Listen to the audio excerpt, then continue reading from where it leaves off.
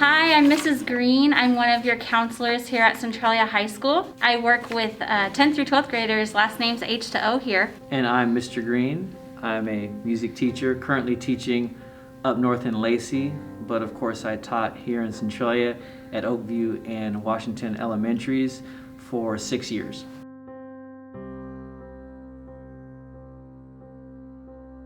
So Martin Luther King Jr., we have a lot we can say about him, but we can start with a little bit about who he was.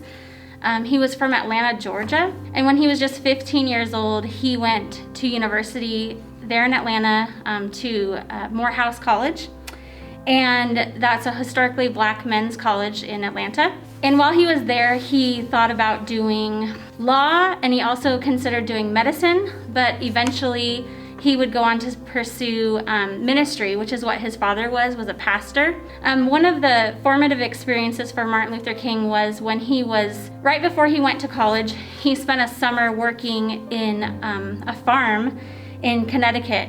And while he was there, he noticed that the churches were integrated and restaurants were integrated and other places were integrated. And it made him pretty angry about how things were in the South, and it kind of sparked something in him to want to make a change. So later he attended an all-white school in Pennsylvania for seminary. And when he was there, he was the student body president. That was another formative experience for him. And then he went on to get a doctorate degree from Boston University in Boston. And while he was in school, he learned a lot about Mahatma Gandhi, who was a civil rights leader from India. And Gandhi led the nonviolent movement that allowed India to be free from British rule. And so King went on to use a lot of the tactics that Gandhi used, and also to use his Christian faith in his work, and he focused on nonviolence. And at the time, one of the things that is significant for me and that I think people should know is that in those times, King was controversial. And today, a lot of people are focusing on some of his kind of feel-good quotes, but really back in the day, he said a lot of things that people disagreed with. He said that in the end, we'll remember not the words of our enemies, but the silence of our friends. He said some other things that may be considered tough or controversial. Freedom is never voluntarily given by the oppressor. It must be demanded by the oppressed. And the ultimate measure of a man is not where he stands in moments of comfort and convenience, but where he stands in times of challenge and controversy. I just think of Dr. King as being an amazing speaker and an amazing communicator, leader, organizer, a progressive, which helped contributed to him being so controversial during his life. And I just think of so much of slowly but surely going through some of his speeches. I have a collection, and as I've been beginning to do speeches a little bit more myself, I've been listening to some of what he's said. So much of it is, I guess I'll call it common sense, so much of what he said just makes sense, and you would think that most people would agree with it, and if you're not agreeing with it, then there's probably something not quite right within you. But fortunately, he was brave enough to say those things, even though there was a lot of backlash. I think about on the common sense idea. One of his early speeches, I believe it was perhaps his first one, or before the boycotts. There's a part at the end where he says, if we're wrong, as in the path they're taking for civil rights and just the idea of civil rights, and if we're wrong, such and such, if we're wrong, such and such. I'm going to exaggerate a little bit, but I just got the sense that he's really saying, civil rights is the way to go, and if we're wrong about that, then the Constitution is basically wrong, and the church is basically wrong, and the Golden Rule is basically wrong if we're wrong in seeking civil rights and all men being treated equal and things like that. Again, I'm exaggerating a little bit because I don't remember if he brought the Constitution up in the speech or not, but he was saying that, this idea of equality, if we're wrong about seeking this, then, so many things that we stand on in America and in our faith and in other areas, those things must be wrong too.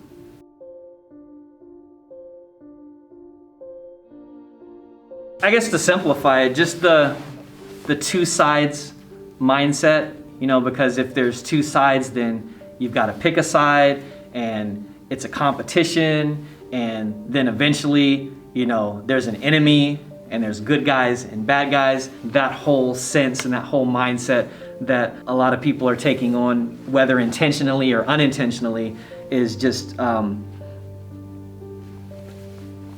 fear that can spiral out of control. The pendulum can swing a little bit too far. We don't want to be crazy one way or the other, I guess we could say. But just the whole two sides thing, I have some fears about. So unconscious and implicit bias are basically just our attitudes, our beliefs, and when we feed into stereotypes, we are unconsciously making assumptions about other people based on their looks, their characteristics, their appearance. It's a huge problem, but I think everyone does it. I think that we all have bias, and that we all tend to have prejudice against one another, meaning that when we see someone else, we automatically make assumptions about who they are based on what they look like. I've found myself doing that. And when I do it, I really try to stop myself and think about why did I have that thought or even action, and I really try to turn that around and to not continue to have those implicit biases. So it's kind of like an internal self-talk that I do, but it's serious stuff. It might seem like it's something minor, but I really want you to think about how implicit bias is what led to the death of Black people like Trayvon Martin, like George Floyd, many others. I would even question the word opinion in the question, and I say that it just comes to mind because the fact that there are unconscious and implicit biases in many shapes and forms, that's not really an opinion. And the fact that it affects some of our decisions is not really an opinion. A lot of cases, I think about, those implicit unconscious biases, and I think about how there are so many words that we use, bias and prejudice and bigotry and things like that. And, this past year or so, I've just really just preferred to, when it comes to race relations, I just prefer to just call it all racism. Whether it's big racism, small racism, microaggressions, it all ends up being racism. And it's a little bit of a catch-22 or a double-edged sword, because if you call all those things racism, you just come out and say it, some people are gonna say, well, nope, I'm not racist, I don't have racism, and they're going to not want to learn or hear what you have to say or read or whatever the case may be. But for some people, I think it would be helpful, because if you just say all these words, all these things, all these things are racism and connected to racism, that could open some people's minds and hearts if you just call it all racism. Other thought on the subject before I kind of think about how we can fix it is, I remember having a conversation with someone I know recently, and we were talking about these things, and I said, I don't necessarily mind if a woman crosses the street, or it clutches her purse or crosses the street because they don't want to be close to me when I'm walking by. The reason I do mind it in the big picture is because I know that kind of mindset, that kind of fear, that kind of unconscious bias leads to so many other things. It's not only about, do you think, someone that looks like me is going to actually take your purse? That mindset leads into decisions about housing and loans. That kind of mindset in a judge could affect how someone is sentenced in the criminal justice system, or if they're sentenced, and things like that. It connects to, obviously policing. That mindset, whether an officer knows that they have it in them or not, that can lead to life and death decisions in policing. So, we just can't blow those things off, those unconscious and implicit biases. They can have larger effects than, oh, I want to cross the street when I see a person of color, or, in another realm, oh, I want to get away because those are teenagers, or they're dressed a certain way. all those things need to be addressed. What can we do to work to fix those things? Talk about them, be open about them.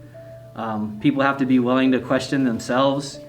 You know, why am I bothered if a black man is wearing a do-rag around me, but it doesn't bother me if a white man is wearing a do-rag around me? I have a different, why would anyone have a different thought about that? Admitting it, acknowledging it, talking about it is a huge step to working to fix it, because there's still many people that won't admit it or will avoid those type of topics altogether.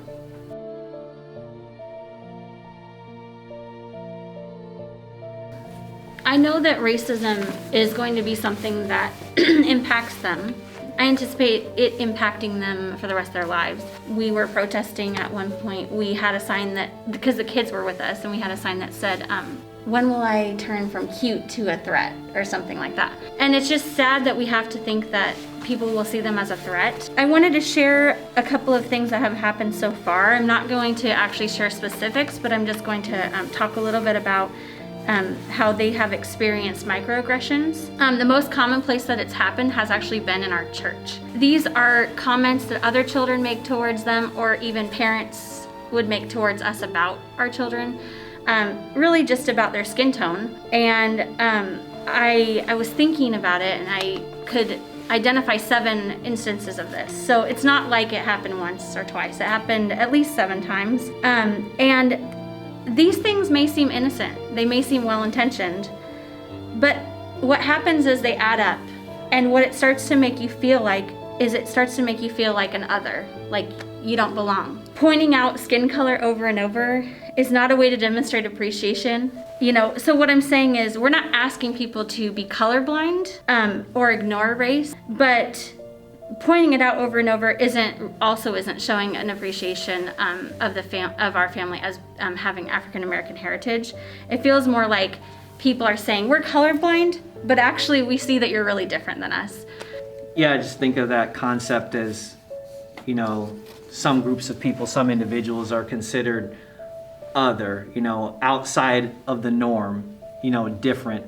I was writing something and I needed to use the word xenophobia, and I just was learning a little bit more about it, and a lot of people, at least I did, just thought it was a fear or a bias against people from another country. And as I was reading some definitions, it's much broader than that. Xenophobia, and a lot of definitions I read, is just what we're talking about right here, you know, the fear of people that are other, different than you, that are, you know, from another group, that are other, that you feel don't belong in your city, your school, your country. It bothers me that there could be xenophobic things, you know, thought of my children, and them possibly someday thinking that, you know, buying into it, believing it, that they're other, that they're different in a negative way, that they're not accepted, that they're almost as good as the normal, but they're not as good as the normal. Hopefully, if we start doing a lot better as a society, it could end up being just most of their lifetime or some of their lifetime that they're dealing with this otherness. But there could come a point where, you know, maybe when they're a little bit older that they don't.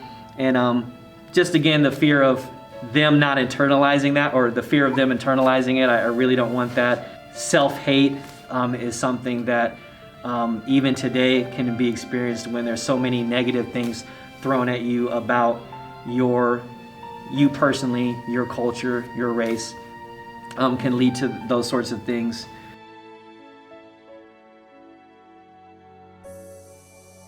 I didn't go to my senior prom, but I went to my junior prom, and I went with a group of people, you know, guys and girls, and, you know, I think we had 2 cars, maybe we only had 1 car that was full, and one of the girls who was Caucasian, we went to pick her up, and I was already in the car, and someone had asked me to kind of hide in the back because the parents of this Caucasian girl were supposedly not going to be happy if they could kind of see that I was in the car.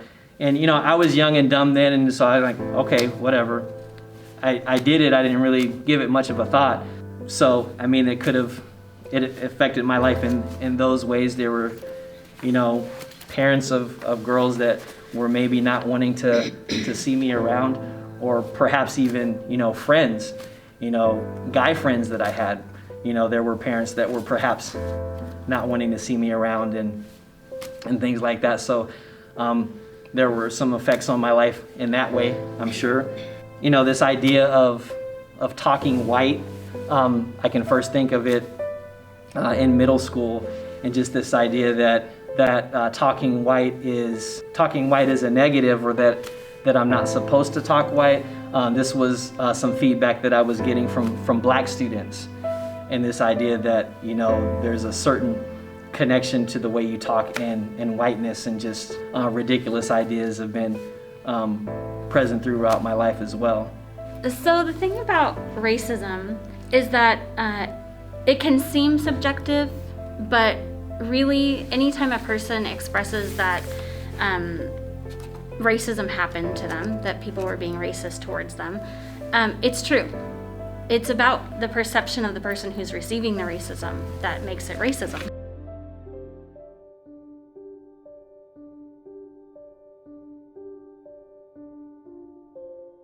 Give it its due attention. Pay attention to it, discuss it, be willing to listen and work on it. And so I see that beginning to happen and want it to continue to happen. Kind of don't treat it like it's a small thing.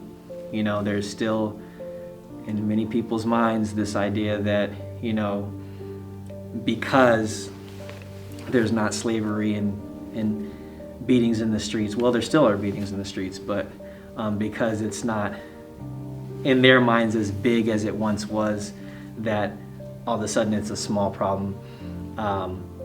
It's not a small problem. It's a modified problem. It's a different problem.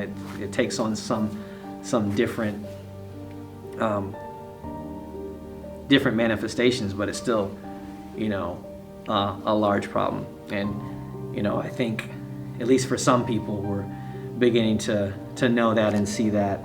Obviously, the prime example is we've had a black president. There's no racism. We've had a black president. I won't get into all that, but just if you think about that a little bit more deeply, you'll know how ridiculous that idea is. Because, gosh, let's say 60% voted for Obama, 40% voted for the other guys, and a large majority of the people that voted for the other guys have a lot of racism in them, then the country still has a problem with racism.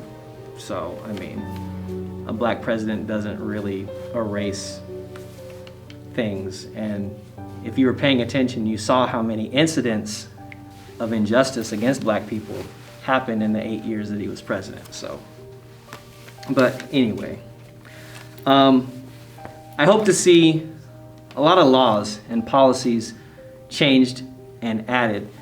And gosh, I don't want to call so many things false or wrong, but there's so much that just is. This idea that, there are laws out there already to help people, and, the racist people sometimes just break those laws.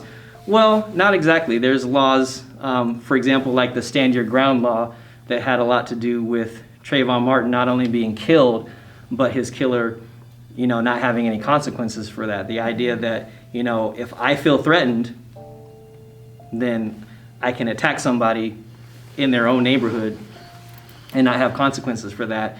If you're not quite sure what I'm talking about, I encourage you to read up on the Trayvon Martin case.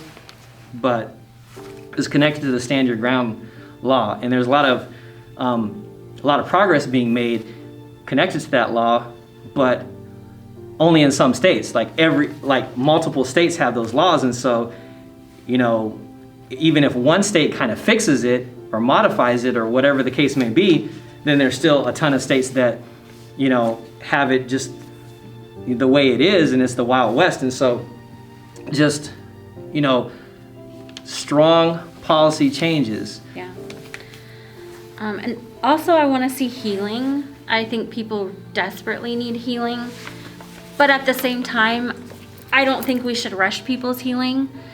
I think about like an abuser. So if you have an abuser, you've been in a long-term relationship, a long-term abusive relationship, and the abuser decides to turn things around, and is expecting you to just in that moment as well, just accept that and let's move on. But there's been so much residual trauma and pain that's been built up, and it's not possible for you to just quickly move on from all of that.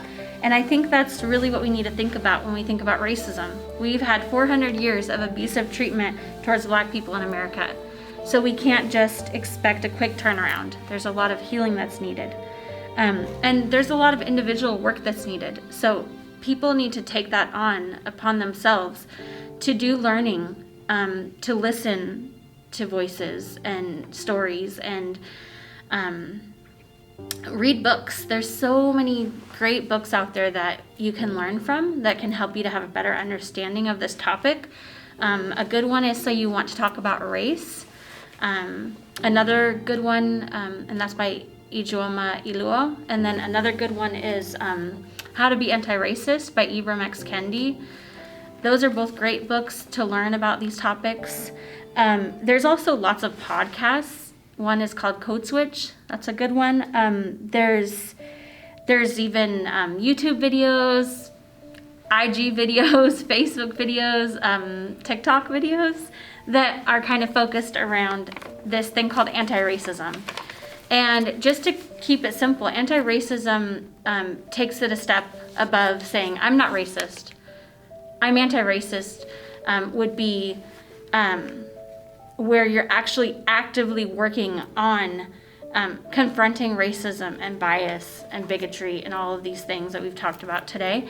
So that's what anti-racist is taking an active part in standing up against racism. There's just so much that each person can do to be a part of this work. And so I just want to encourage people to get involved and to stand up. Let freedom ring from every hill and molehill of Mississippi, from every mountainside. Let freedom ring, and when this happens,